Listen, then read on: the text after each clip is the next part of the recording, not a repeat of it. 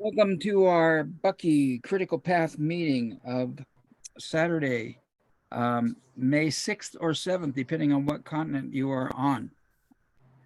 We're all North We're going America to, tonight. what's that?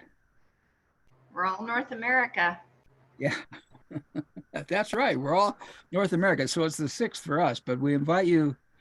Hopefully, Manu will get here soon and others may arrive as well. So let's go ahead and begin. Richard, how are you feeling tonight? And what do you what do you expect for tonight? What are your expectations? Well, I'm feeling pretty good. It's a bit of a contextual, environmental kind of problem here in Alberta. In the northern part of our province, it's on fire. 24,000 people have had to leave their homes, and several homes have been burned. And I live in the southern part of the province, so I've not been affected, but certainly it's affecting our entire firefighting services in our province, and bringing in help from other parts of the country and from other parts of the U.S. And so nature is all fired up in our province, and I'm looking to continue the deeper dive into all things Fuller, and hoping to get more of that embedded in my understanding of things, and appreciate the chance to be part of this group on this evening. Susan, how are you feeling, and what are you looking for? Happy to be with you, gentlemen, and anchor to my week. And I'm sorry I missed you last week, but it was actually good to just have some time away as well. I'm excited to get back into the context of Fuller, and I had a very good chuckle of type 2 evolution leading to type 1 evolution today. My daughter sent me a TikTok this morning to figure anything from TikTok to send me. But it was talking about the fact that JP Morgan Chase just bought this whole big tract of trees and very isolated stretch of forest, and then all the the billionaires that have been buying farmland, and talked about this little known clause in this what was that last big bill, Inflation Reduction Act, the IRA, that increases like this big bounty for carbon sequestration. And so at first you're going, oh my God, it's got this threshold that only billionaires can get to, but they're going to get more money out of it. And then there was the name of a company that had actually lobbied hard for it that we could potentially all invest in. We'll see. I'll look at it further. But it was like, oh my gosh, let's joke, so that the grunchy billionaires are going to pat themselves on the back and make more money. But if they sequester carbon and make the world a better place in the process, I'm just thinking, oh well, money is money. And it's now digital, and it's now fractional reserve, or even unfractional reserve. So joke might be on them. Joe, how are you feeling, and what are you hoping for tonight? So it's great to have you back, Susan, and it's good to be with everyone. Good morning, Manu. I hope you're warm down there. And it feels really good to be with you guys this evening. So it's a privilege. I'm looking to build on we talked about last week. We started going through the Malthusian mindset that actually had permeated through the culture earlier in the turn of the century, where there's not enough, and the idea of scarcity. Whereas now, Bucky was actually thinking in multiple dimensions. He understood that we could do more with less, and understanding those, just continuing to build on those insights. The more we read, the more aha moments we will have. So I'm excited to do that and to explore that with everyone. So again, it's an honor to be here with everybody. And Manu, how are you doing, my friend? And what would you like to take away from today? And good morning, and thank you for joining us at 5 a.m. Because I tell you what, I think of that every time, every time that you log in on Saturday. Although you do start at 3:30 on Wednesdays. Good morning. Good morning. I'm sick and I'm Oh, flu. I'm down with flu. So you excuse me for being kind of sloppy this morning. But anyway, I'm happy to be here, and I'm grateful that you guys are there. Last time, if I look at my notes here, I note down that the individual has to have awareness, decision, commitment to continual education and application, and do exchange. And that it takes time. Their cycle, timing, ideology is the economy requirement for equanimity. No, I think I was going to say that ideology is dangerous for equanimity. So the two cannot coexist. But anyway, this might seem completely out of context here. What I expect is that we continue on this critical path, and then we see how really it helps us navigate the waters today. We are in very, very choppy waters. And it's important that we think appropriately before we take position and act. I know that it's dangerous, but that's where we are. That's my expectation. Who is left? Is it Steve? Just me. Okay, Steve, how do you feel? What do you expect? Well, I'm feeling pretty good. I'm glad you guys made it. I got a decline from John Butler, who's traveling or doing something. I got a tentative from Phil Neeson, who every once in a while says tentatively he'll show up. So we'll hope that happens. Haven't heard from Julian for a while, Julian for a while, but I'm glad we're all here and we're rolling. These conversations just really thrill me. When Richard came on, he had a recording in the background going on that talked about an ontological conversation about something, and I thought, gee, a couple of years ago, I didn't even know what ontological conversation was. And now here we are knee deep in it. And to talk Bucky, that's all that's all we're talking about is ontology and topology. I found an amazing video from a year ago from Anton Petrov or something. He's a physicist on YouTube. Talks about the universe is a torus.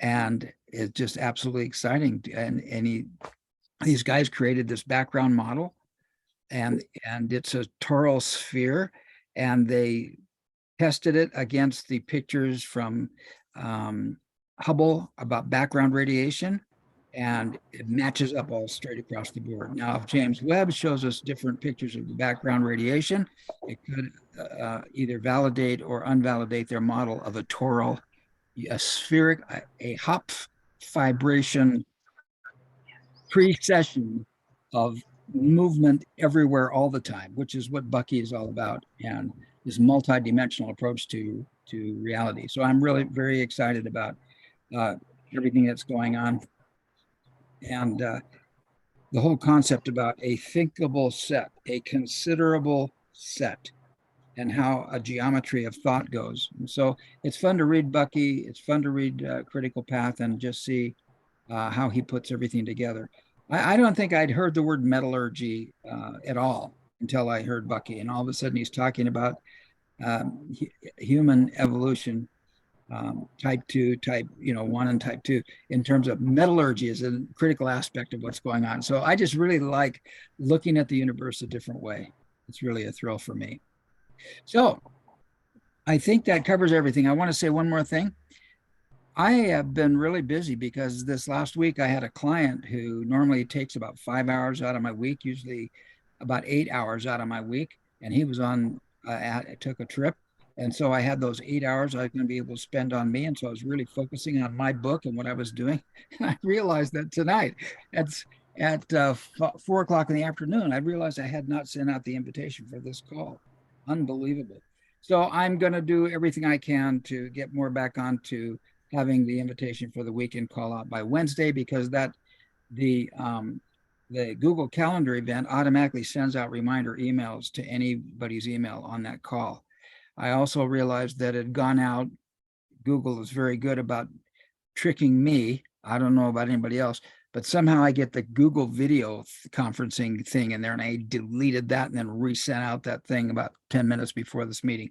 So anyway, I'll see if I can, after doing this for nearly 2 years, I'll see if I can start doing it on time and more correctly in the future. Okay. And so here we go. We got, we have Bucky's, oh, I found this book by Bucky. Beautiful. Yeah, is that the one I should get, Richard? Yeah. Okay. I'll do that sometime during this. I need to talk about with you before that call. Has anybody else in the call seen that book? Is it still going to be there if I go to buy it? I better buy it right now. So confirm the order. Okay, good. So which I don't think that's going to make it. It's going to come back at me because I lost that card, and so we'll see what goes on. Okay, here we go with the book. All right, great.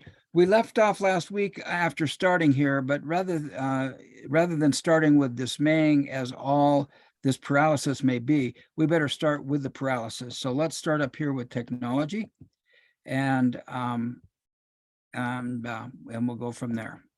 Okay, good. And again, if someone wants to read, great, but I'm all for rotating the reading around. So if we're, so Richard, do you want to start there with technology? We now have, and then you guys note that these little guys right here are just page markers so that my Word document goes along with my PDF file of my book. And then avoid reading this because this is where we ended last time, and I'm making those markers as we go.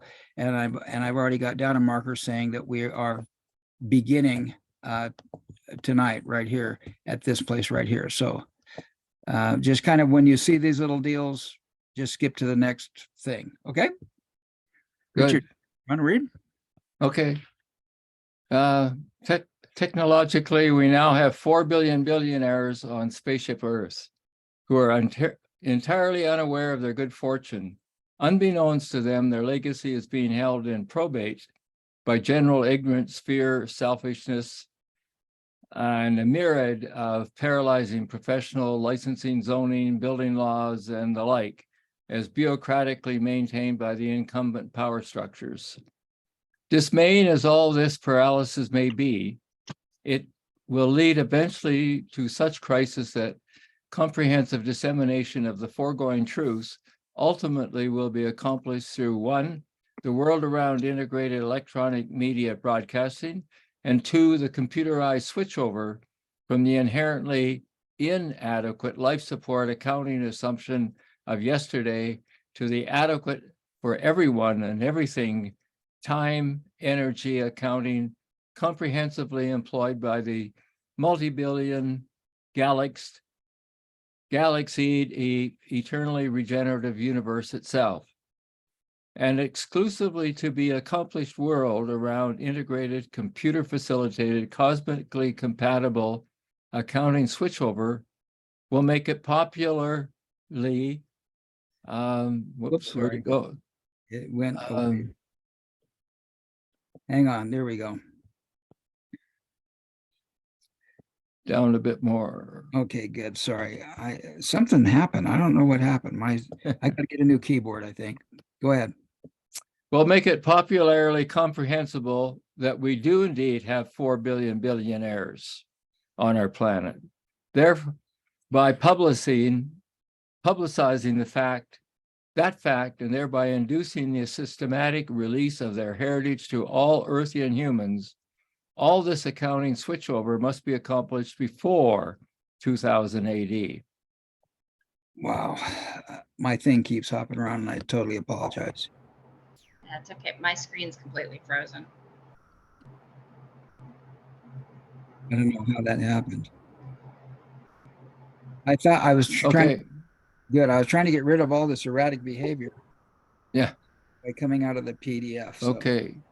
Those who make money with money deliberately keep it scarce. Money is not wealth. Wealth is the accomplished technological ability to protect, nurture, support, and accommodate all growthful needs of life. Money is only an expediency adopted means of exchanging disparately sized, non-equatable items of real wealth. let's go for comments or questions. Any comments or questions so far?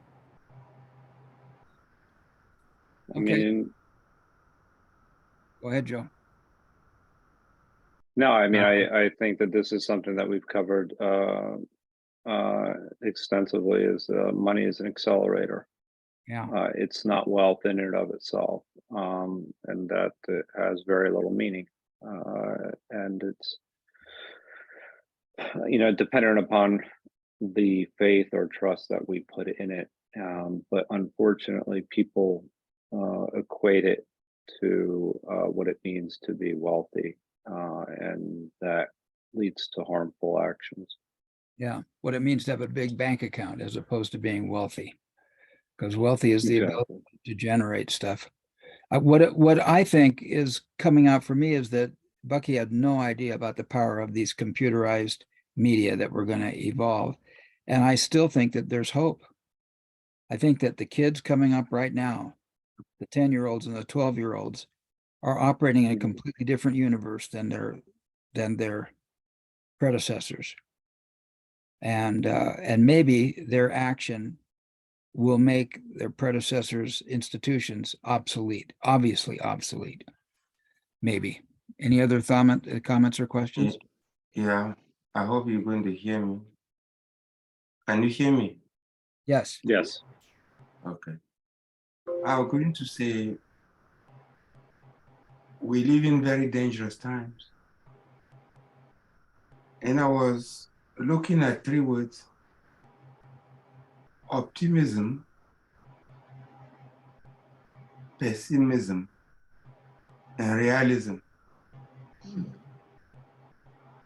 And upon reading this text, it might be very easy to hang up ideologically to optimism, which is not what Becky is saying. It is very difficult to be a realist. It is very easy to be either a pessimistic or an optimistic, because a realist recognizes that there are cycles, and a realist always vigilant. And when people read this, they think that Bucky is saying that technology and the accomplishment are going to solve all the problems. Well, not, because look at today. He talks about 2000 AD, but today we just have the talking heads. Second, in terms of money, he make a statement that those that are initiating some money are making it scarce. Until you get into the experiment, the great experiment of new monetary theory that started at the end of the 20th century, and that we've been having for the most of the last 30 years. That is, issuing money or currency solve all problems. The third thing that I have here is in common relationship to metallurgy. And metallurgy is as fundamental to everything as anything else. The history of human on this planet is that to learning about the properties of energy into heat and to using those properties to the best possible to extract the essentials that are needed to make natural reaction in a shorter time and the most focused manner to deriving artifacts and objects and systems that help extend our experiment and the easiness with which we live it on this planet. So those are the 3 or 4 things that I wanted to say. So in summary, realism is what I think should be, but realism is very tough. The minimum to be realist is to be educated. And to be educated takes so much time. The second thing is that, yes, money is just an amplifier. We agree to it, but it can be used as an amplifier to choke or to expand. And all those two, choking or expanding, put us out of work of natural cycles. And the friction between the two can be so much as to cause cataclysm or revolutions. The third is the role of metallurgy or heat, using heat to transform metals in human civilization. I'll stop there for the time being. Can I just You add to that really quick? You complete, Manu? Yes, I am. Okay, go ahead, Joe. Yeah, thank you, Manu. And I think that this is an important point. One thing that Manu will know this is that Ray Dalio talks about, and Steve, you'll appreciate this, is being a hyper-realist. And the important thing here is to not confuse the way things you want them to be and actually look at them the way they really are. That's one of the principles that he actually talks about. And the other is part of it, being a hyper-realist, is don't worry about looking too good. Worry about achieving your goals. And I feel like money actually, in a way, the way we look at it is we look at it as a way of making ourselves look good, whether it be an individual or a country, whatever it may be. And it detracts you from actually making progress as a society and achieving your goals. And essentially, it's a distraction many times. And so I think that this, what Manu was saying, was a very important point in the idea of how to observe reality. We have to be not, whether it's optimism or pessimism, that we have to be realistic and objectively assess things as best we can. But that means including the whole and not necessarily looking through the lens of a monetarist. I'm complete. Cool. Yeah, any other comments? Let's continue. Joe, you want to read from a shoemaker? A shoemaker has 10 milk drinking children. He wants to acquire a milk cow to convert grass into milk to take care of his children. The shoemaker makes his shoes out of a cowhide. But that is not the reason he wants the cow. If and when the cow gets old for milk production, he can butcher it for its meat and obtain a goodly supply of cowhide for his shoemaking. A cow breeder wants a pair of shoes. He and the shoemaker agree that that it takes much more time and an individual input to produce a milk cow than it does to make a pair of shoes. They agree that you can't cut the cow up and still milk it. So they employ metal, which, being scarce and physically useful, has high and known exchange value, and which could be cut apart into whatever fractions are necessary to implement the disparate values of interexchanging. That's how we get money. Computers do not have to see or feel anything. Computers do not deal in opinion. No, geez. I was supposed to be able to avoid these problems. Computers do not see. Computers do not have to see or feel anything. Computers do not deal in opinion judgments. They simply store, retrieve, and integrate all the information given them. That I have a problem with that line. The more relevant the information they are given, and the more accurate that information, the better the answers that the computer can give as to the consequences of doing thus and so under a given set of circumstances.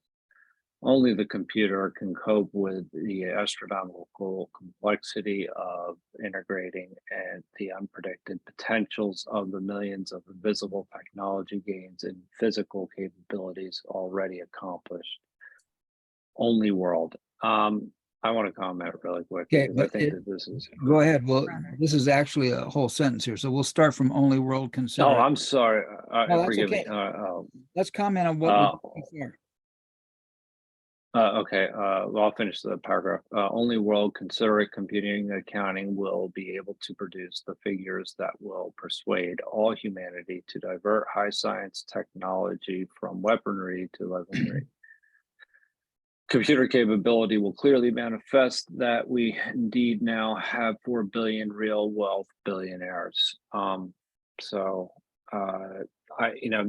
This is a claim that Bucky has actually made in other books as well.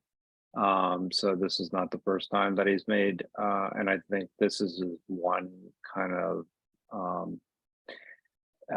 maybe overvalued the potential of computers. It's like anything else, garbage in, garbage out, and data is inherently biased. So I think that there is the idea that it just simply stores, retrieves, and integrates all information. That's true to a certain extent, but whether that information is objective is I think a mistake, and just not necessarily accurate. So one of the things that we have to deal with is that there's the distinction between information, there's a distinction between knowledge, and there's a distinction between understanding, and there's a distinction between wisdom. And none of those are given to us by a computer. And so, that's not true. Information is given to us by a computer. And you can even say knowledge, which is just applied information, is given to us to a computer. I mean, you could say that's what ChatGPT is. But understanding and wisdom, which is just evaluating your actions, I think that doesn't necessarily, that requires a certain awareness and experiences in the world. So again, computers are useful, but they certainly are not the answers. Yeah, I love the fact that you bring up the fact that the data can be biased. The data that's stored can be biased in the first place, and most generally is. Most medical data is based on a 25-year-old male, I think. Females, even though they are half the population, they haven't been considered as a part of the valid model and are just now starting to be considered part of the valid model. So that's right. The data stored is biased in the first place. And then he doesn't mention the veracity of the software. I mean, I can have completely unbiased, totally wholesome data, and it can be stored flawlessly. But if my software doesn't have the vision Bucky has, it's not going to give me any answers. And all that said, I think, Joe, you sent me a video on a quantum computer and analyzed doc. I think we brought it up on a call a couple weeks ago. There's a doc in Atlanta, Georgia, that was not functioning at all. It was all backed up, and somebody bought it for $500 million. Used a quantum computer to analyze the income of the cargo boxes, when the trucks can arrive, when the cranes can pick it up and move down these big long lines. And they used this quantum computer to reconstruct how they were handling the receiving of the data and organizing when the trucks would come in, which trucks would come in where. They predicted what trucks were late and which trucks were on time, which shipments were late, and they increased the productivity of this dock over a 2-year period. So it was purchased for $500 million, and 2 years later sold for $2 billion, because the computer created an efficiency that seemed to be able to convertible into an AROI, an annualized rate of return, a cap rate. So yeah, computers are cool as long as it's done right. Not even sure. Do we agree with the word integration for computers? Not even sure if that's possibly a bit too far from what you can actually expect.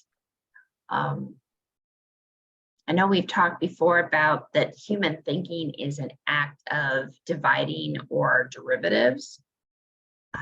And then I think of human mind as the integration, or any creative live thing as an integration. I'm just not sure if I agree with the idea of a computer as being able to integrate independent of the biases of the software that says, hey, look at these things and match them up. Yeah.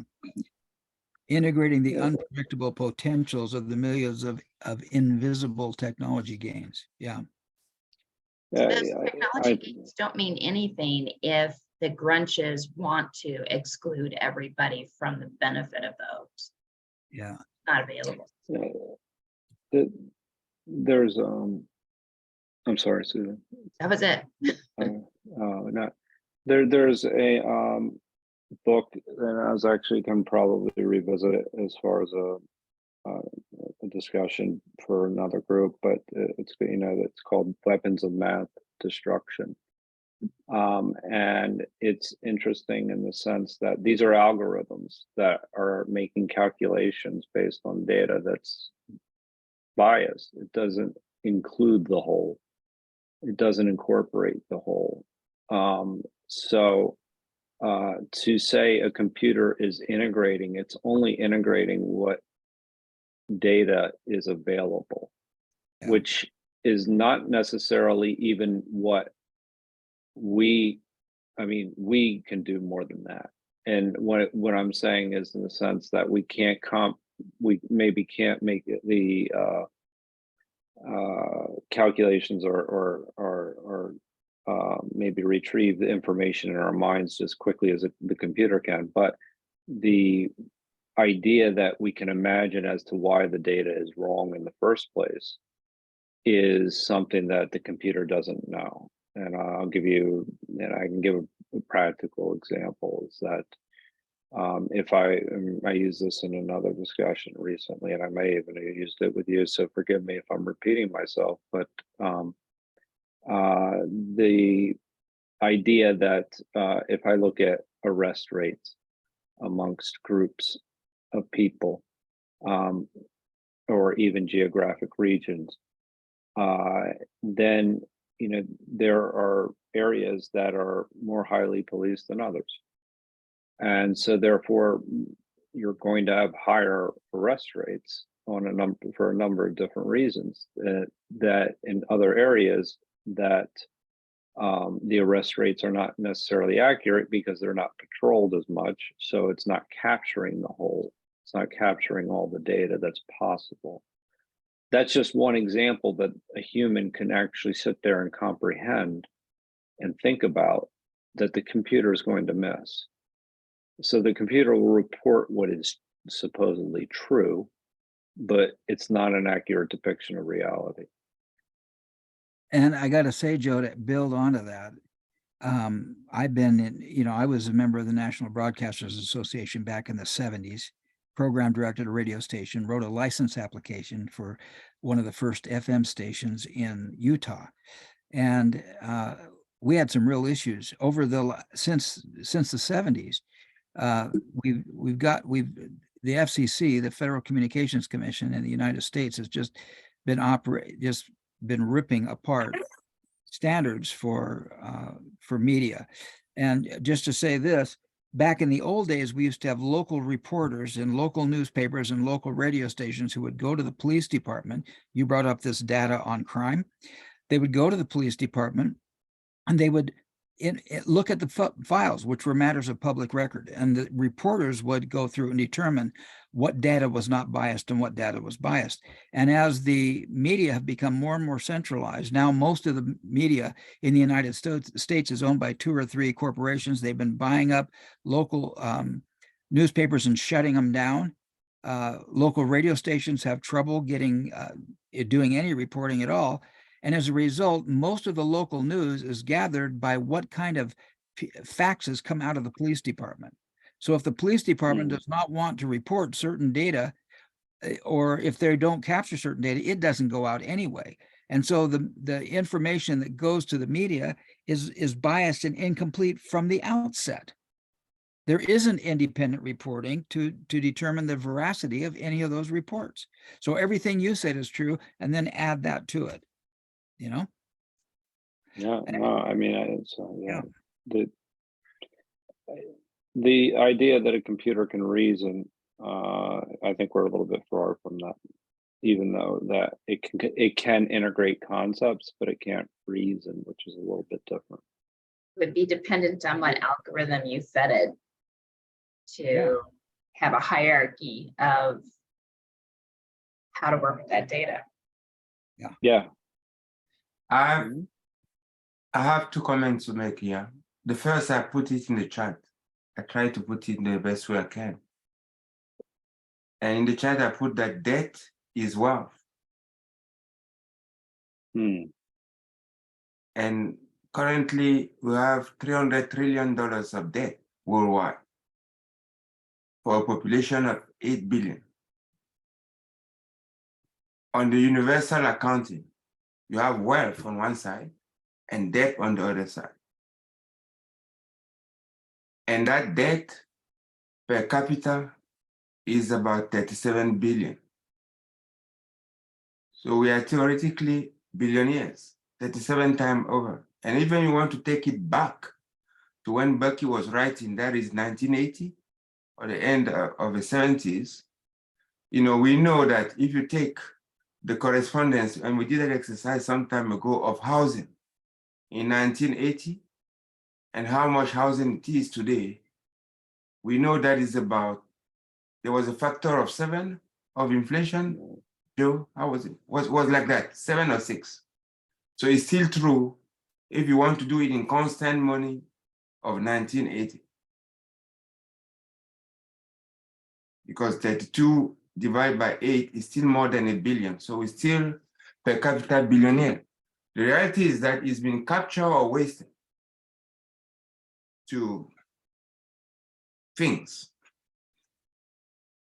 The second comment that I wanted to make is that computers don't think. They don't feel. And thinking and feeling in our experience of world are dual in human experience. Thinking and feeling, they are always coexisting. So if thinking and feeling are always coexisting, only thinking wouldn't solve the problem or wouldn't make you at ease existing or living. So, and we can illustrate that by today's experience on the cryptocurrencies. There's blockchain, that is the technology. And then everybody just go into a lemming behavior going to hit us is the bullet, is a magic bullet that's going to solve all the problem. Well, it's not. And we've seen how much is correlated to what we call the technological phase of a market. So it again comes to the fact that education is the most important. You really need to be able to think and try your utmost best to understand the situation and try to make decision accordingly.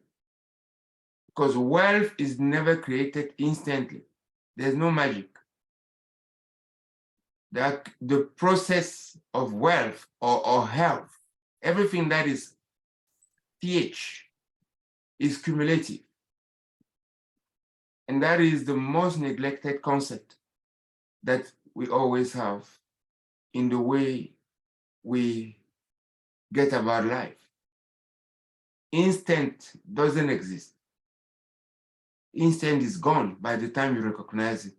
It's always the pattern and the cumulative process that creates any form that we can measure, that we can feel. That is, we can caress it backward. That's my notion of feeling. So that's what I wanted to say here. You need both. You need technology, but you need the feel. Mm-hmm. Yeah.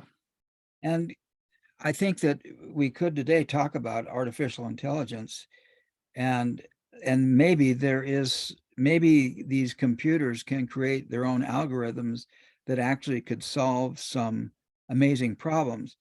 But the big problem with that is understanding the validators in the software, because most people think that the computer is artificial intelligence is going to go off in its own direction, do whatever it wants to do, and then come back and hand a human being something that the human being understands.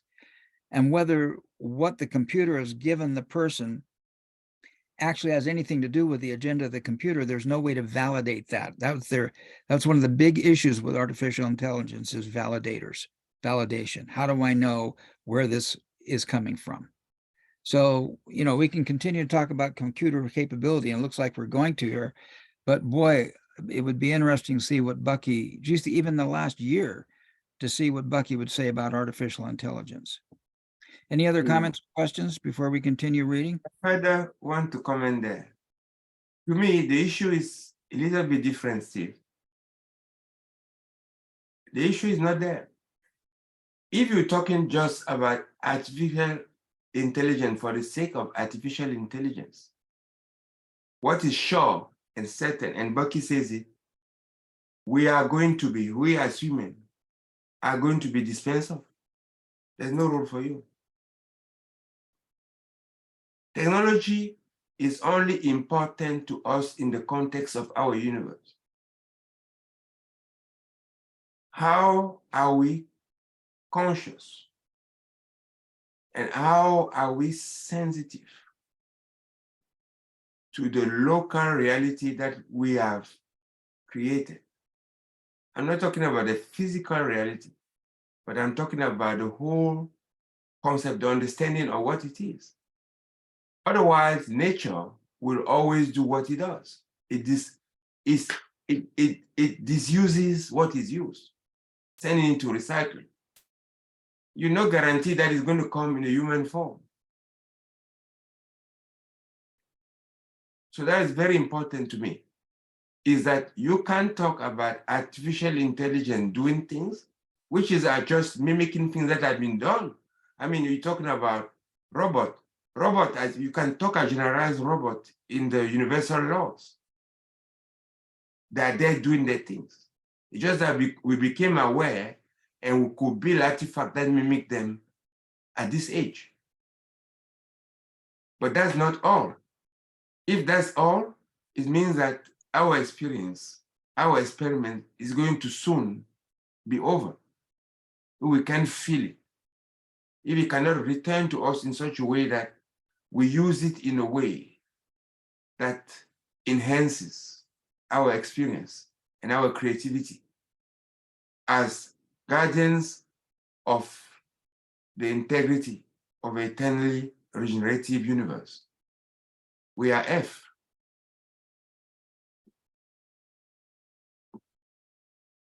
That was my comment. Okay, cool. I know it dampens optimism, but it is realism.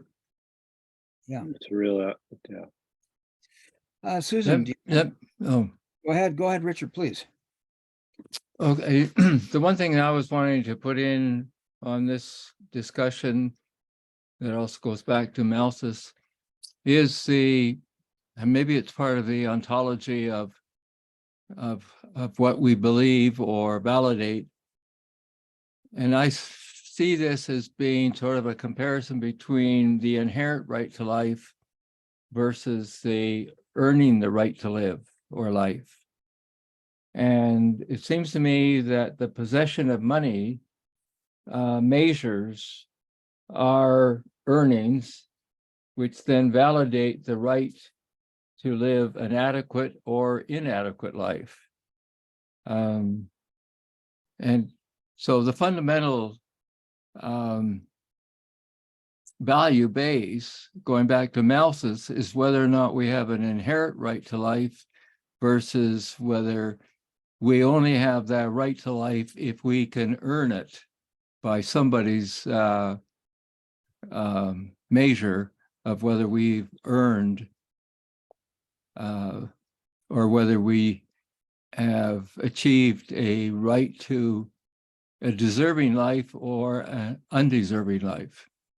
And that plays itself out in all of the economics of our welfare systems and whether or not we can give people an adequate sort of life, which really, from Bucky's point of view, is can we in fact honor the fact that all of us are billionaires or millionaires, whatever the level is, it's considered to be enough to go around so that 100% of humanity has an adequate sort of standard of life. And what they do with that is not something that should be controlled, because a certain percentage will go to the South Seas, enjoy the island, and a certain percentage will put their mind to developing new and improvement and different ways of living. But we haven't reached a society sort of belief system that would in fact allow that or trust it. So we fall back onto the default of having to have money to measure whether or not we've earned the right to an adequate or inadequate life.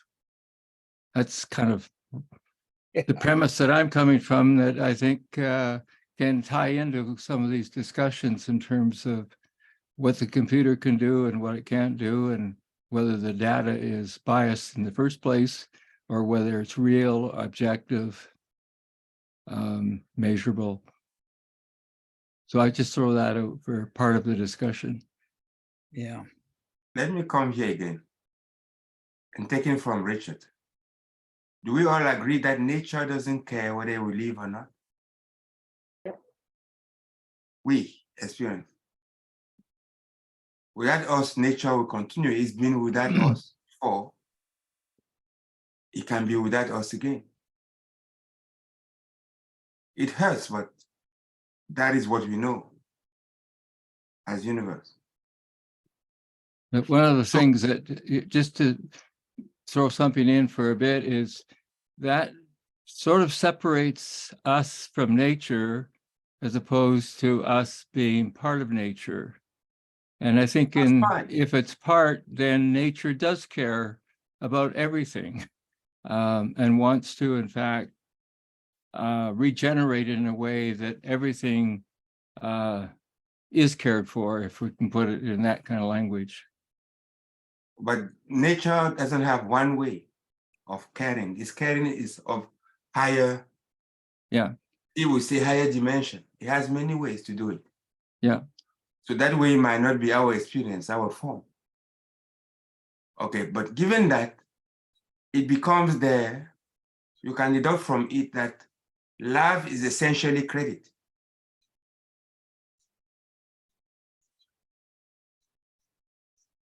if nature can do without us. To us, life is credit. When I mean credit is that life is the ability to have access to resources and to be able to delay the use of those resources, having part of them, mean of them to subsist to then you need it. Does it make sense? It does. If you could not learn, if you could not delay, you won't have the life that you have. Because you devour everything that is accessible to you according to what you mean today, and tomorrow you'll be hungry. So the process of living, let's just put it, let me not say it's whole, is buttressed by our ability to learn, to create credit. So if it is buttressed by that, it means that the other way around of the credit is debt. Right. Because we are lending to the otherness.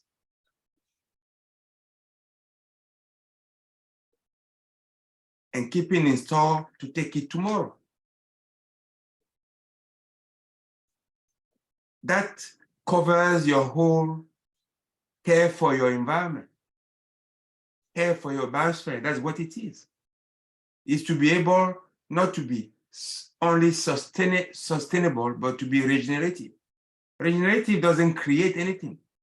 It just makes it possible for the cycle to come and meet you. For you to have the ability, technological ability to seize it and use it. That's what regenerative means.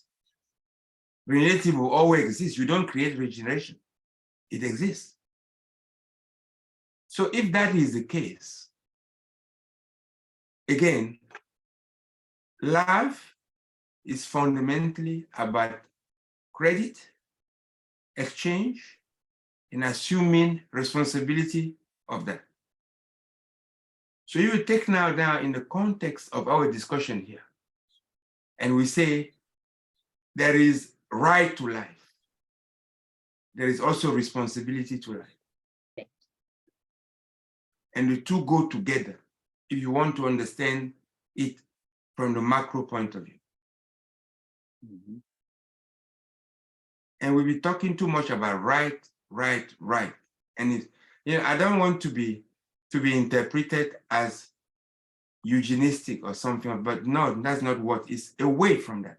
It is the fact that we have to be responsible. And the only way to be responsible is through education and experience. It's response, as Blessinger would say, your responsibility. Yeah.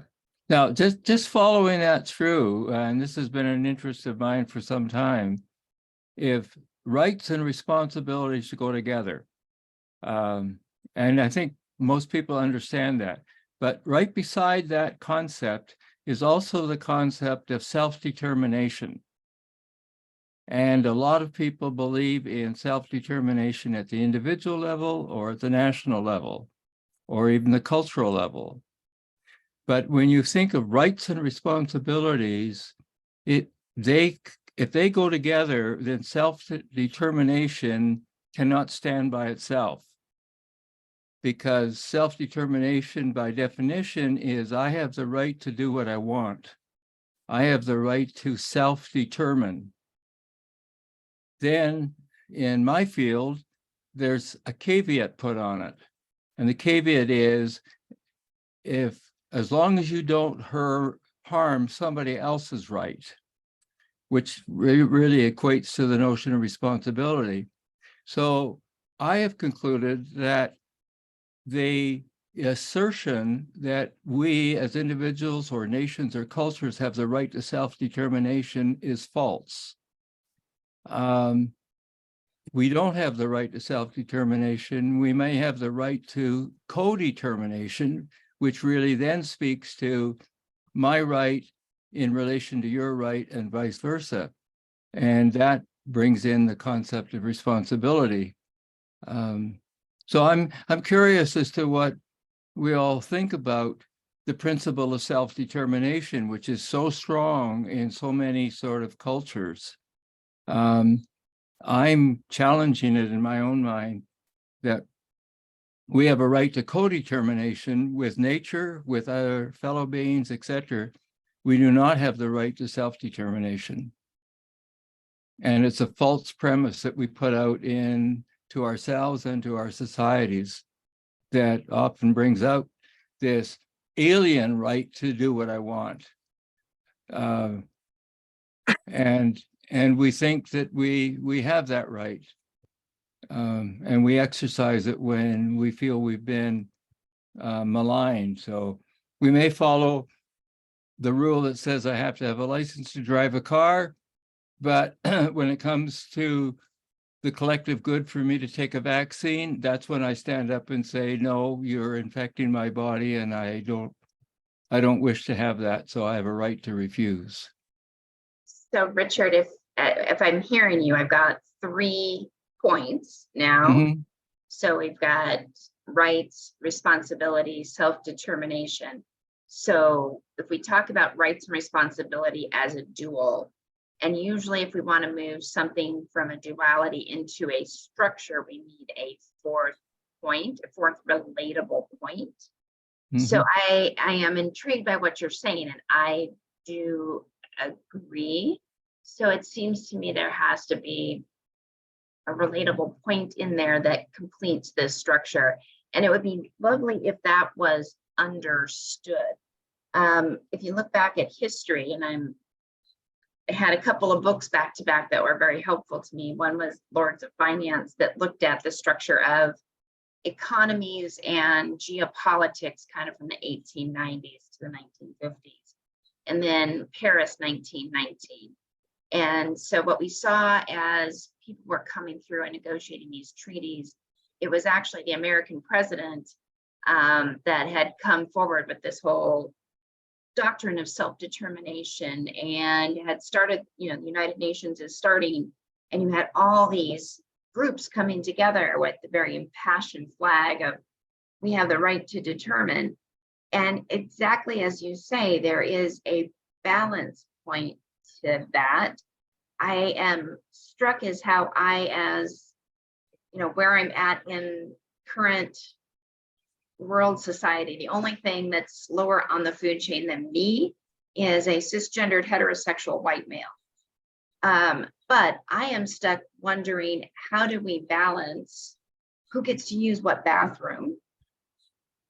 Like, does it matter if 10-year-old girls feel threatened by a boy in their, a biological boy who's transitioning coming into their bathroom? How do we look at sports competitions? Is it really okay for somebody who has had the genetic, the strength advantages of testosterone, but self-identifies and self-determines that they are female to compete against all the other girls? Where is the balance point in the current society? And I have to be careful because I'm not allowed to speak openly in many forums. Or I would feel that there's an admonition about coming forward as an honest broker in asking those sorts of questions in the society. So I'm intrigued, but I think one of the things I'm just seeing is the pattern that the only thing that comes in threes is a triangle and it's in one plane, but then it's begging for the expanded view that turns it into a structure. So there's something else that balances that. Yeah. Can I, Richard? Go ahead, Manu. Okay. I think it's important to get back, in my opinion, to somewhat I call fundamental. Self-determination is a derivative. So there's a generalized, in our universe, principle of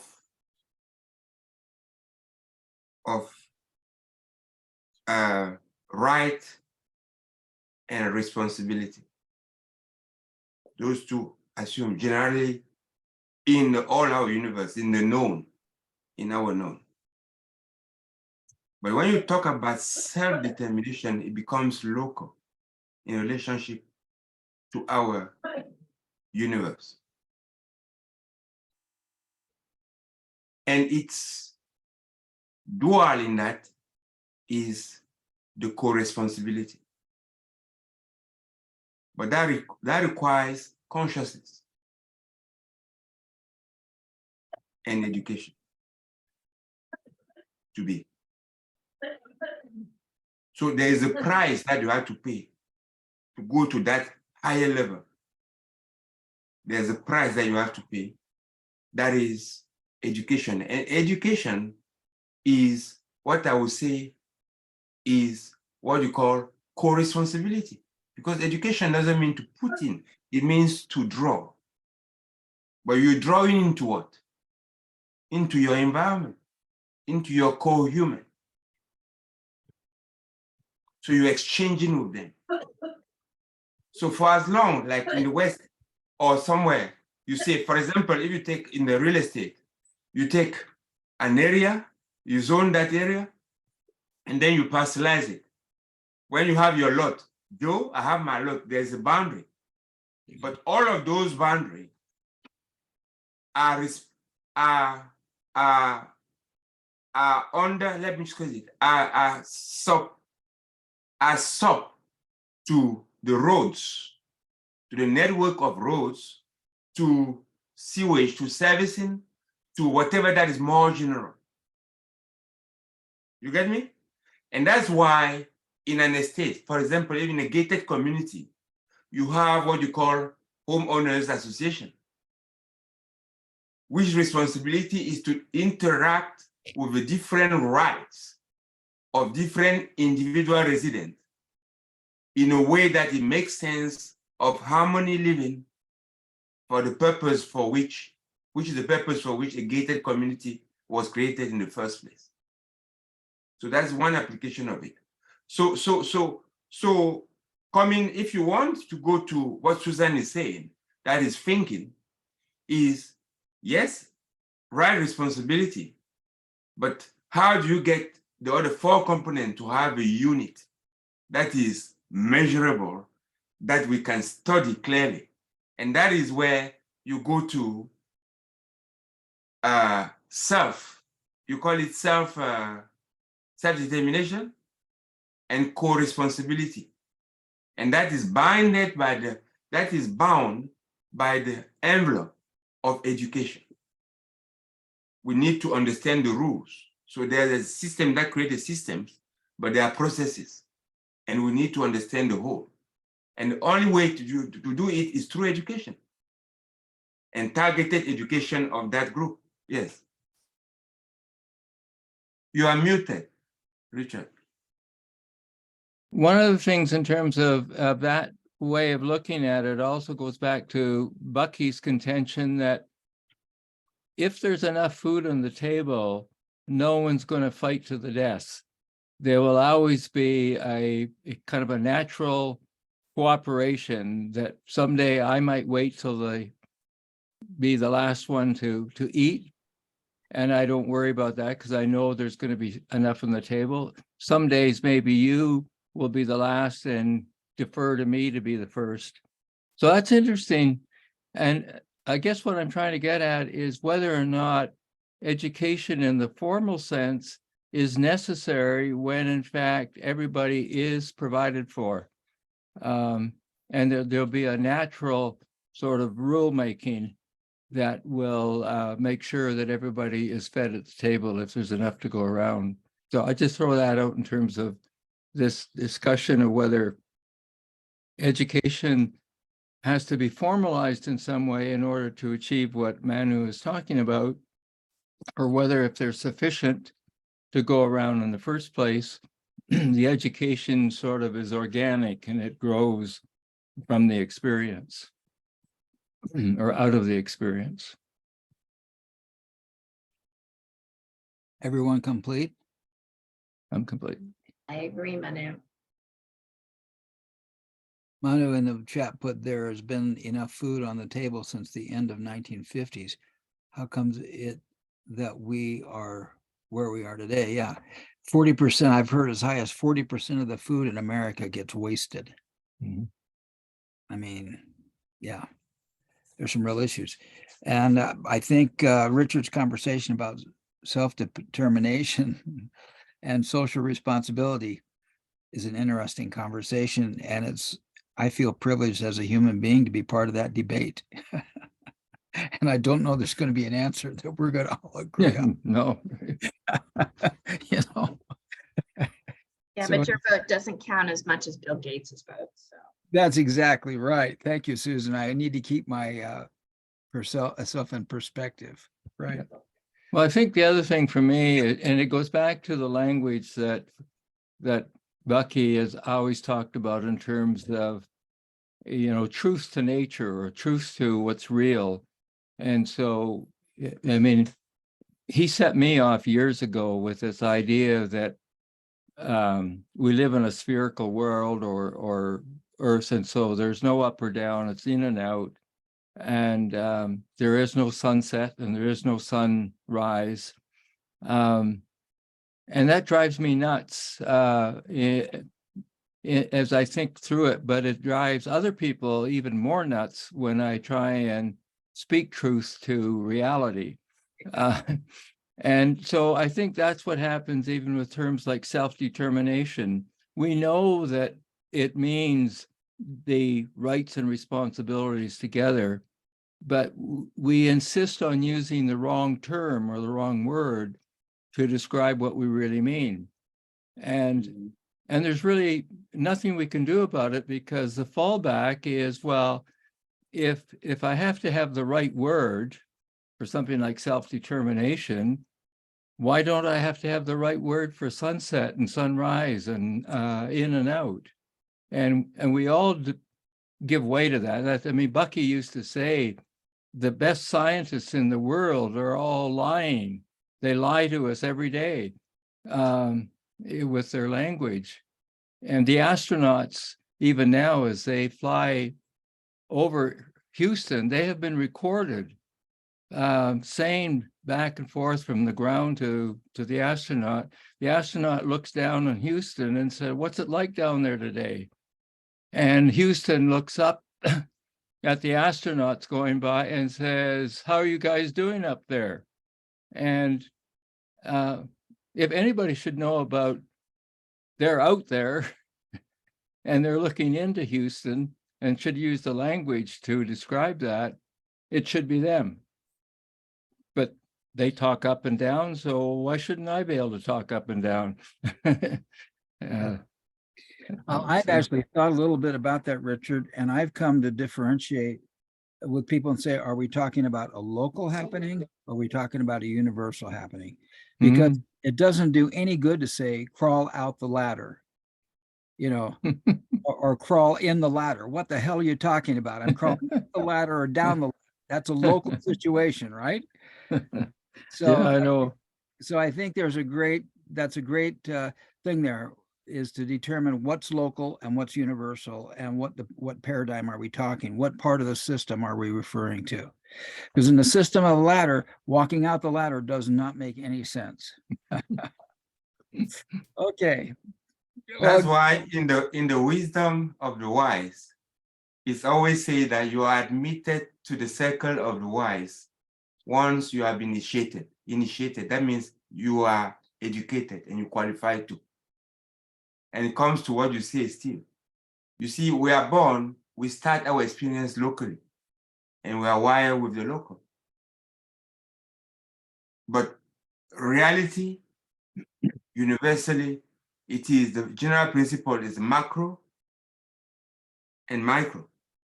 Right. In terms of, if you really want to look at the direction, in order to have a global, a holistic view of anything, you always have to start with a macro. And then ask questions about, but why that distinction at the micro level? So it is important in the process of education that we realize that there is a chasm between the accumulation that we had in our earlier years and what we need in order to look back in a way that is more comprehensive. and that we need enough energy to boost our rocket to be able to cross that chasm without crashing. And many people crash and are locked into a phase, that initial phase, and they are completely the victim. That is, they believe non-critically to whatever is fed onto them, or they are unable themselves to elevate themselves to see that those are lies or those are mistruths. And that is not a conundrum. It is, to me, is the essence of life. We need to prepare to jump like an atom to a higher level in order to be able to, from that strata, look and be more aware and be more conscious of what is going on that can go on without us. It's as important as that. So education, education, education. Yeah. Okay. Richard, do you want to continue to challenge us on this self-determination thing, or are we ready to move into the next paragraph? You're muted. I just put it out. It's part of this whole conundrum of getting the right language for the actual experience. I mean, Manu talks about reality, and that we can be over optimistic or over pessimistic, and we need to be real. But the real fundamental realness comes down to how we, in fact, even relate to the notion of locally. There's so little distinction to tell that we are on a curvature. So it really is the perception of flatness, and we could accept flatness, and that then allows up and down to be an appropriate sort of language to describe that. So even in education, if we were taught there is time to be able to understand the flatness, and we use language that represents that, and there's a time to be aware of the roundness, and we use the language of outer space, which is appropriate, and we don't use up and down. And that's the subtlety of the education. Instead of having the education just assume one way is the right way and don't worry about the other, or the idea that when you challenge the notion of sunset or sunrise, the defender of that term normally will say, look, we all know what it means, so why get all up in a knot over the fact that the language isn't quite precise enough?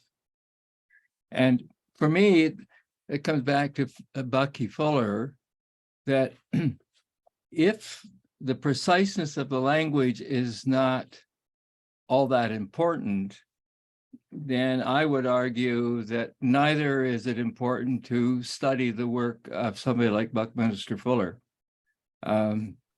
Because he's just a nuisance. He gets in the way with all these fancy words of trying to be precise when we all know what it really means. So let's just keep on going with outs and ins and ups and downs and sunsets and sunrises, and quit messing up my understanding of my reality. So if I can tune in to Manu, that don't force me to really think about reality. Just let me have the reality that I think I've got or understand. Well, that's certainly self-determinism, Richard. So you can, yeah, right. So listen, I'm a big proponent of, I call it extreme speech. I have a whole chapter in a book I'm writing on extreme speech, how words keep me trapped in tribal unconsciousness. And the proper word is the opening gate that brings enlightenment. Words bring enlightenment. So I'm all with you on that section. Are we ready to read more? Mhm. Okay. All right, let's read some more. Okay, good. Oh my goodness. I just put in the thing about this thing about the universe is actually a torus. It's not flat. And yet it perceives to be flat because it's a Mobius band. And so it's hard to tell where the inside or the outside is because it all is happening at once.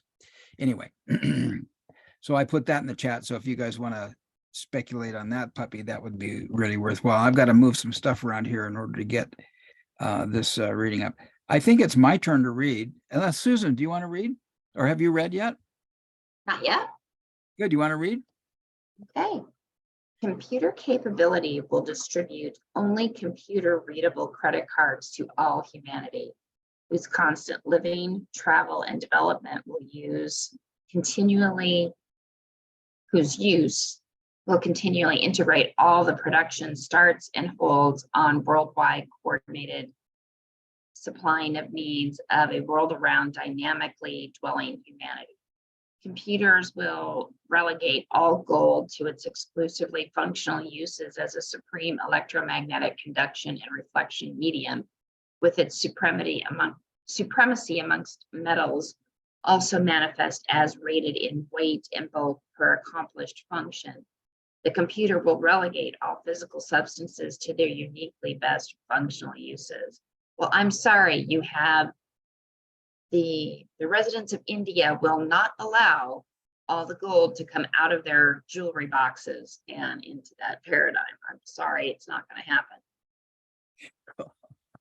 Editorialization is permitted in this in our group. So keep rolling.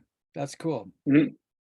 All the foregoing considerations demonstrate clearly why the computer accounting switchover is not only possible, but mandatory, and must be accomplished before the fear and ignorance of billions of humans involved in the power structures, bureaucracies panic and push the atomic bomb release buttons. What makes us say panic of the major political, religious, and business bureaucracies? Bureaucracies will panic because all the great political, religious, and most of all big business systems would find their activities devastated by the universal physical success of all humanity. All the strengths of all great politicians and religion and most of business are derived from the promise they give of assuaging humanity's seemingly tragic dilemma of existing in an unalterable state of fundamental inadequacy of life support. There are two more prime obstacles to all humanity's realization of its option to, quote, make it. One is the fact that humanity does not understand the language of science. Therefore, it does not know that all the science has ever found out is that the physical universe consists entirely of the most exquisitely inter-reciprocating technology. 99% of humanity thinks technology is a new phenomenon. The world populace identifies technology with 1, weapons, and 2, machines that compete with them for their jobs. Most people therefore think they are against technology, not knowing that the technology they don't understand is their only means of exercising their option to make it on this planet and in this life. Fortunately, the mathematical coordinate system that has been and as yet is employed by science is not the coordinate system employed by a physical universe. Nature is always most economical.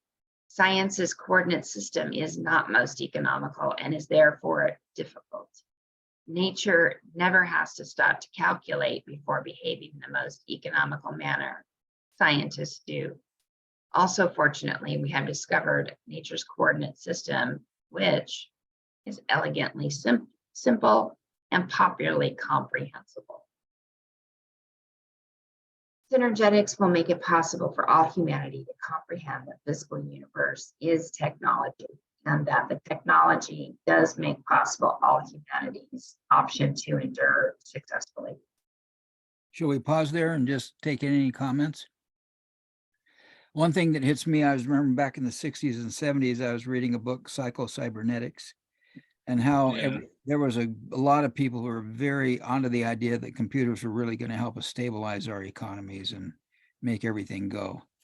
And as we've learned, the grunch of giants tried to use computers to control everything. And right now we have this computer in our hand, this phone, that just may see the tables turn. This social media thing just may happen. Any other comments or questions? I'll just say well, no, I won't go down it. I was just going to go say, and I've said this before, technology is elitist, and I do think that this is not necessarily, it's not headed in the right direction. I hate to be negative, but I'm being a realist. Best technology out there is nature's regenerative technology that is physical universe. The reason I was chuckling about the billionaires and all this, buying up land to get tax benefits for carbon capture, it's like, oh my gosh, if you actually take care of the soil, it'll capture the carbon, we'll be okay. And it's just allowing nature's already present technology, as Bucky's trying to point out in this paragraph, and it'll be okay. Yeah, cool. My short experience of life and that of many people that I've read about is that human prefer to avoid pain. Mm-hmm. And pain is a corollary to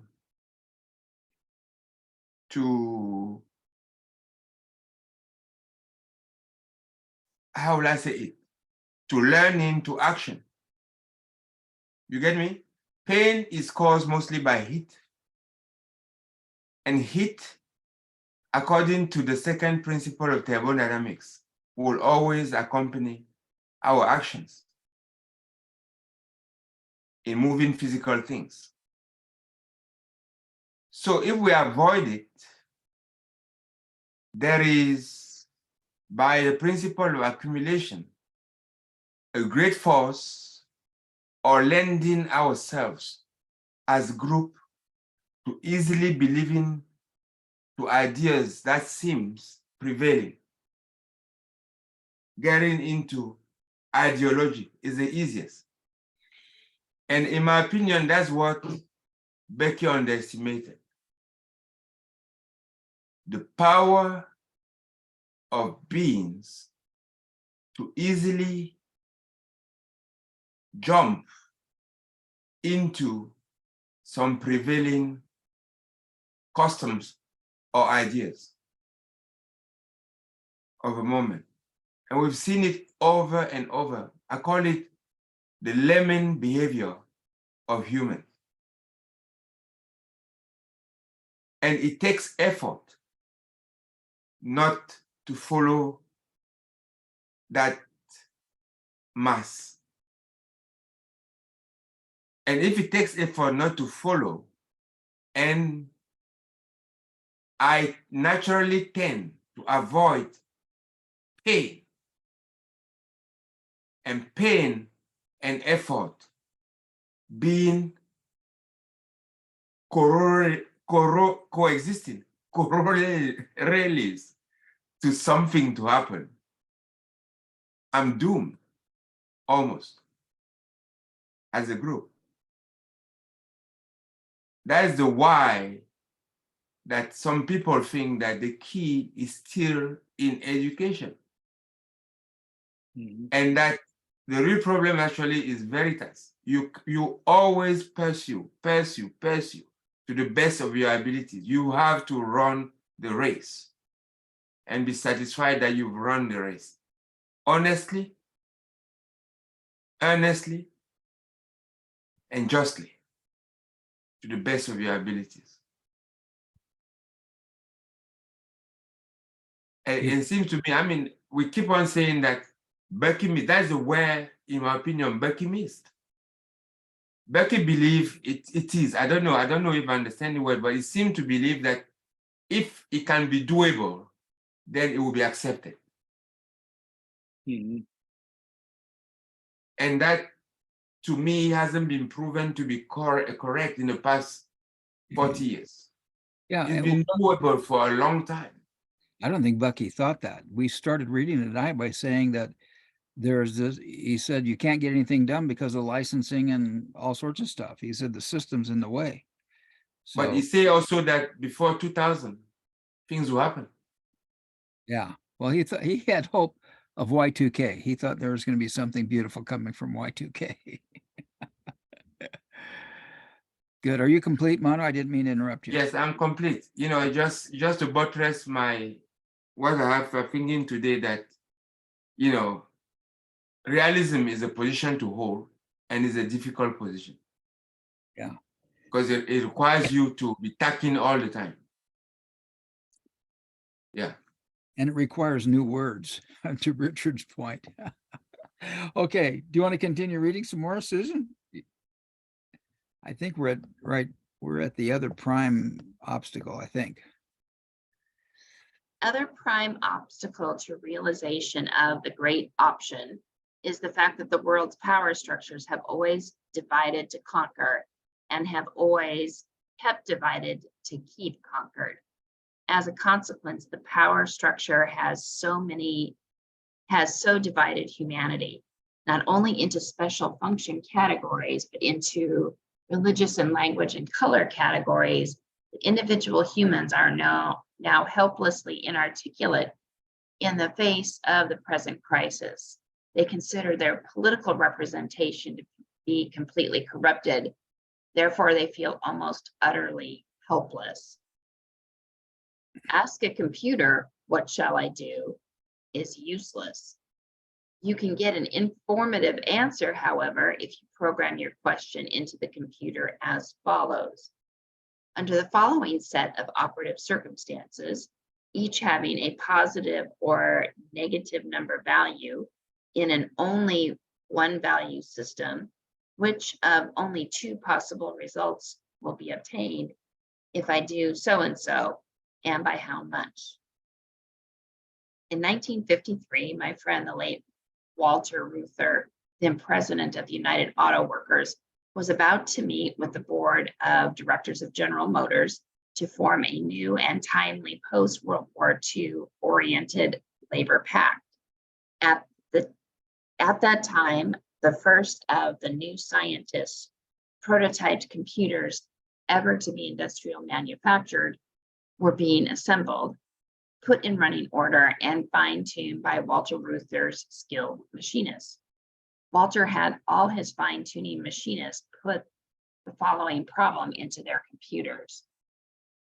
In view of the most of General Motors workers and also its customers, if I demand of General Motors that they grant an unheard of wage advance, plus unprecedented vacation, health, and all conceivable lifetime benefits for all of its workers, amounting sum totally to so many dollars, which way will General Motors make the most money, by granting or refusing? All the computers said General Motors will make the most profit by granting. Thus fortified, Walter Reuther made his unprecedented demands on General Motors directors, who were elected to their position of authority only by the stockholders and who were naturally concerned only with the welfare of those stockholders. Reuther said to the assembled General Motors board of directors, "You are going to grant these demands, not because you now favor labor, which in fact you consider to be your enemy, but because by granting so, General Motors will make vastly greater profits. If you will put the problem into your new computers, you will learn that I am right." The director said, "Haha, you obviously have used the wrong computers or have misstated the problem to the computers." Soon, however, all their own computers told the directors that Walter was right. They granted his demands. Within 3 years, General Motors was the first corporation in history to set a net billion-dollar profit after paying all government taxes, with their profits increasing steadily thereafter for 20 years. Wow. I'd like to see that documented. that's a great place to stop. You got 3 stars, Susan. So it's a wonderful place to stop. So, Richard, I don't mean to pick on you, my friend. How you feeling, and what is your takeaway today? Maybe we're stopping a Well, little early, but the 3 stars motivated me there. So yeah. take as long as everybody take 7 or 10 minutes. And Well, it feels good to even have that last paragraph read, because for me, it sort of speaks to what we were talking about earlier about as long as there's enough food on the table, nobody's going to fight to the death to get there first. And so there it was. If General Motors makes it good for everybody, they're going to end up with more profits than if they try and be restrictive and pull back and live by the Malthusian rule that says there ain't enough to go around, so only us shareholders are going to get our fair share. You workers are going to get just the dregs, but you're going to have to work to make us profitable. Anyway, I like it. I love it. It's it also speaks to the question of wealth is not money.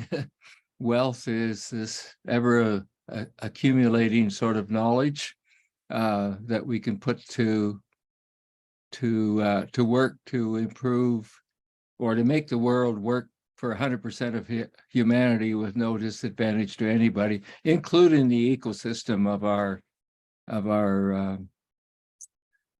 universe, our nature. So I take away some really good feelings and appreciate the pattern that we've established of reading sort of paragraph by paragraph to some extent. It seems in some cases like it's a very laborious way to kind of work your way through a book.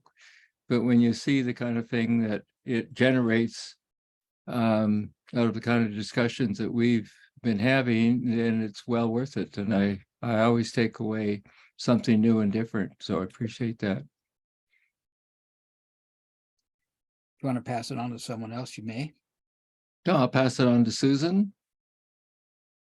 Well, I'm feeling that there is some glimmer of hope, even though I don't like the feeling of being crossways to Bucky. I right now would resist putting any more of my life on some computer read only card. I feel like far too much of my life, the things that I get to do and the contributions that I get to make to the world are already digitally scaled and held in some out of my control iCloud of some sort number. And I just went through refinancing my home. And so I get to answer questions about, well, this is on my record because of a decision made while I was married and I couldn't get my name off of it. So it really belongs to my ex-husband, but so multiple of these things where it's like, no, a deeper understanding is required. And if you're just going to take it by the digits that are in your database, the answer is I'm going to be hugely disadvantaged. And I don't think that I'm unique. I think that sort of thing plays out all the time. And it really tugged at my heartstrings as we were talking about the idea of how much money you have, or what your ability to make money determines whether you get to have an adequate life. And so there is this, I hear Churchill saying that capitalism is a crummy system, but it beats all the other crummy systems. There is this element of that we get to choose to add compassion to that system. I mean, it's like a great starting point, but then, I love Ayn Rand, but damn, I don't want to live in her world either. I want the compassionate that has some safety net built in. And there are humans in this, or I know humans, if we want to expand that language, that don't have the same advantages, don't have the same abilities. I would so love to open up choice whether so that people have the option to get educated, to have enough of their basic needs met that they could make the choices to go on and contribute greater. And even the languaging of choice comes up when we talk about reproductive rights. I am pro-choice, but I have yet to meet very many women who were really empowered to make full choices about many things, about their body, their lives, whatever. And there's a part of my heart that goes to want to speak for the unborn. And there's a balance point in there, but yeah, and I am rambling. Steve, you told me 7 minutes, so you're getting lots in here. Go for it. You have 3 more minutes. It's just, I think that there has to be some amount of basic survival needs met before people are in the position to take up the education and then are really empowered to bring the full force of their choices, their talent, as well as their self-determination to the table and to the benefit of others. And so I hope that in our very kind of uninformed way of going through type 2 evolution, we get around to some major type 1 evolution, the sooner the better. Manu, how are you feeling? What are you taking away? Thank you, Susan. As usual, you came up with things that are very actual and very current.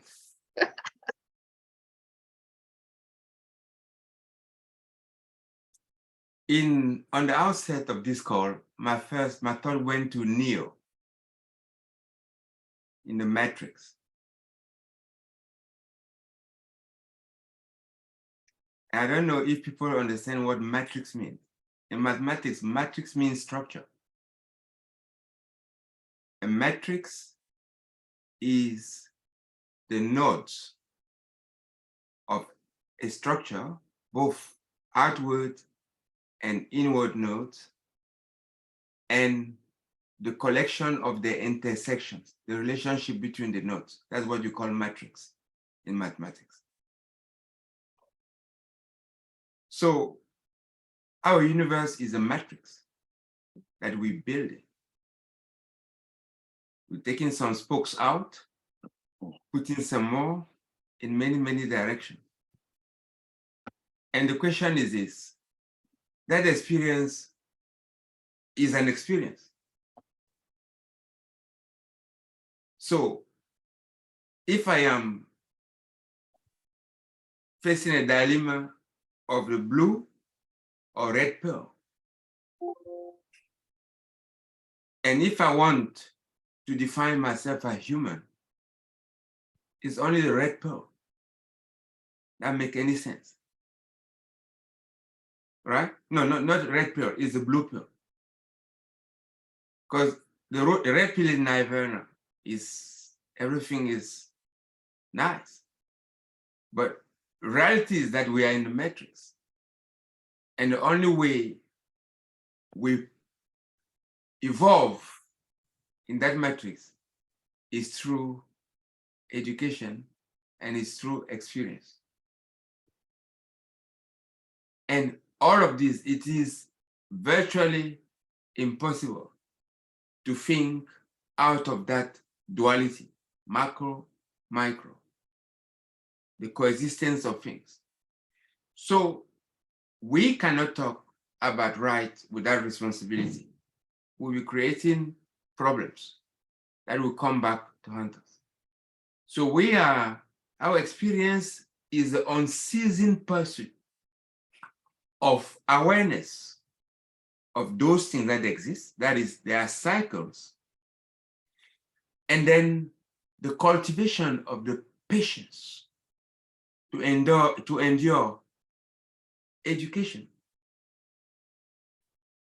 and to endure experiment, practice, and humility and magnanimity to say it is for more than us only. It is for, I will be satisfied to have lived a good life, meaning that to have done what in the best of my abilities I could do, to realize my potential. It's not for the sake of me, some eternal in this form, but for this form to continue in a better way of existence. It might be little theory, but I think that in practice is the best guide for us to be productive, to be effective, and to be enduring within our societies and in helping to transform those societies to the betterment of the greatest number. That's what I can take away from this. So in ending, I'm grateful. I know that I'm not consumed all my 8 minutes, but I bully others to take their minutes for them to give me credit during our talk. So I will let it go. I will let it to you. I'll give you credit for next time. I will take it next time. You pay it back to me next time. So Joe, how do you feel? What do you take away?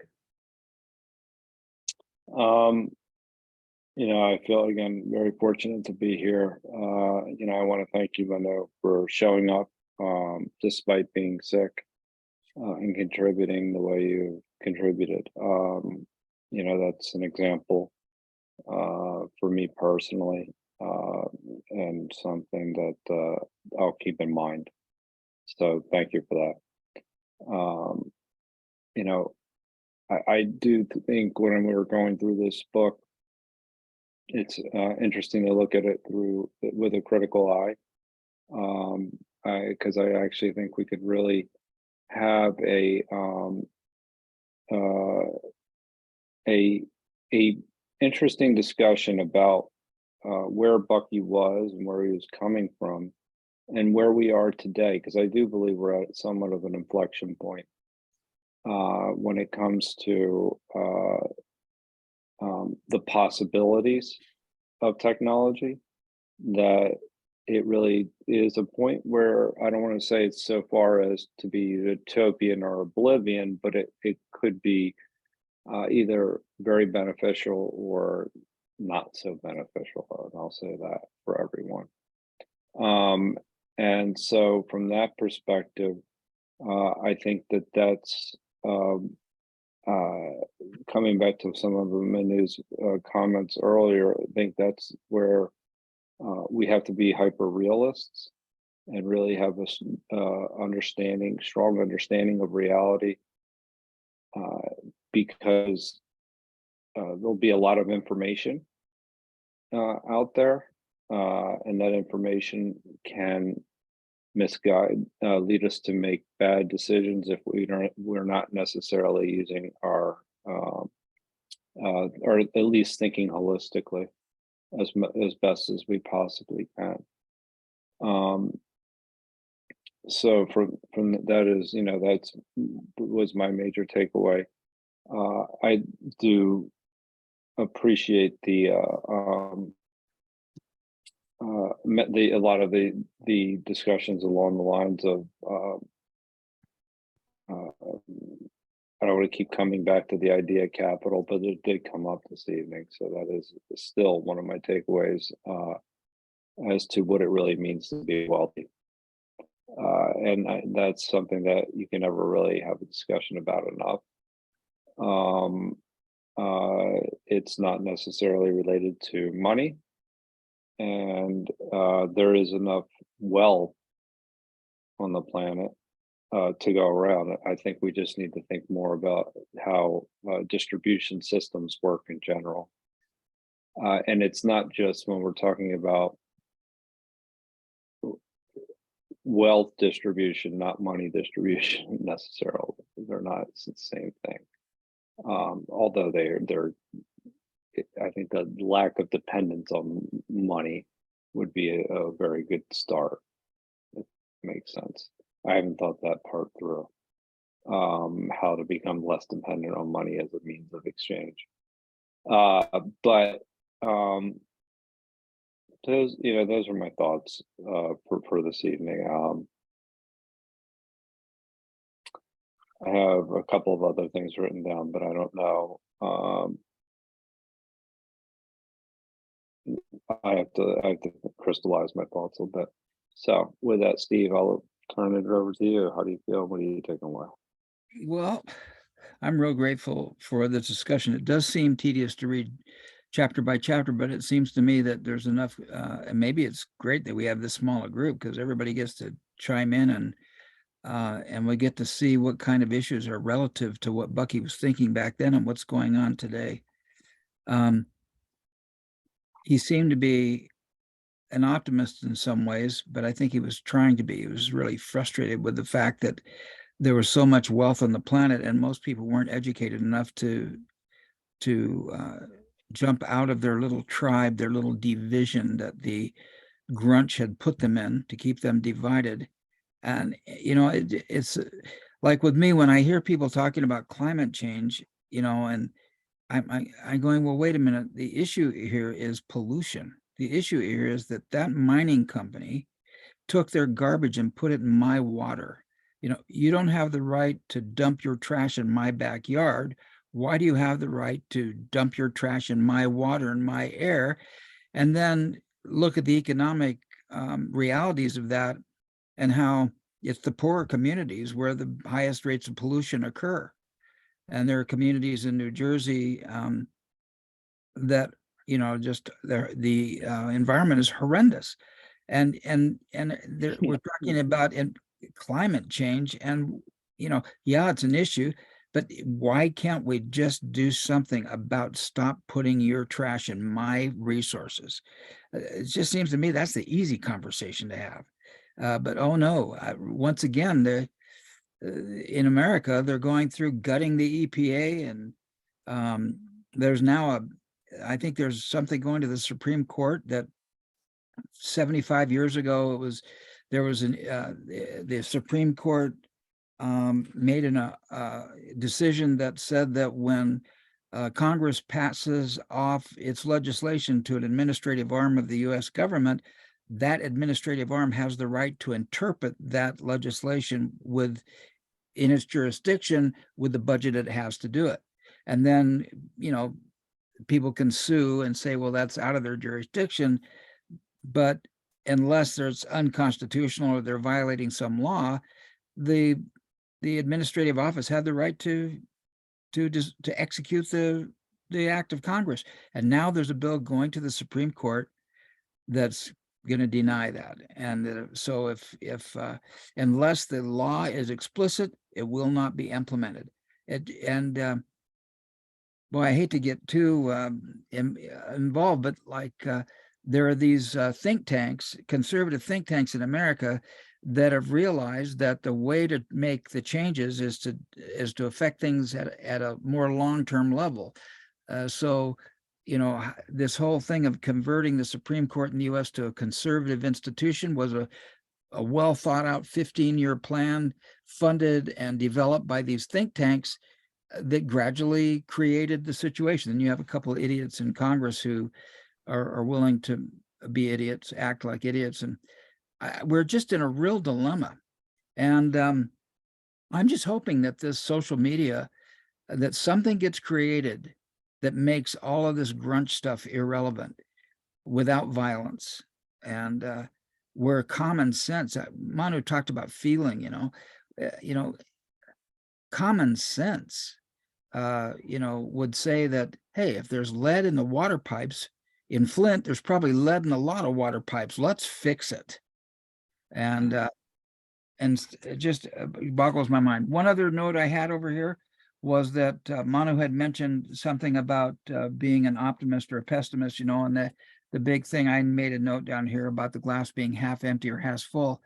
That's a distraction. Where did the water come from that's in the glass? And is the glass under the spout, or is it over here? But no, we're going to talk about whether the glass is half full or half empty. We're not going to talk about the system in which the glass got the water. And things, it just drives me. There's reality for you. I also I showed it on the screen for a while, that Joe put the Ackoff hierarchy of of knowledge, the idea that data is symbols and that information is the who, what, where, when, and that knowledge is the how, and understanding is the why, and then wisdom is the evaluated understanding.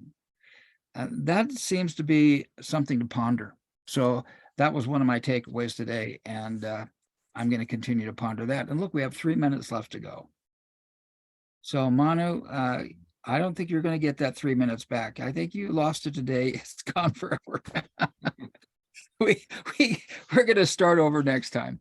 I sure appreciate every one of you, and thank you for your patience with me. And if everybody's complete, we'll sign her off. Everybody complete? Okay. See you next week. Thanks, guys. Everybody take care. Bye-bye.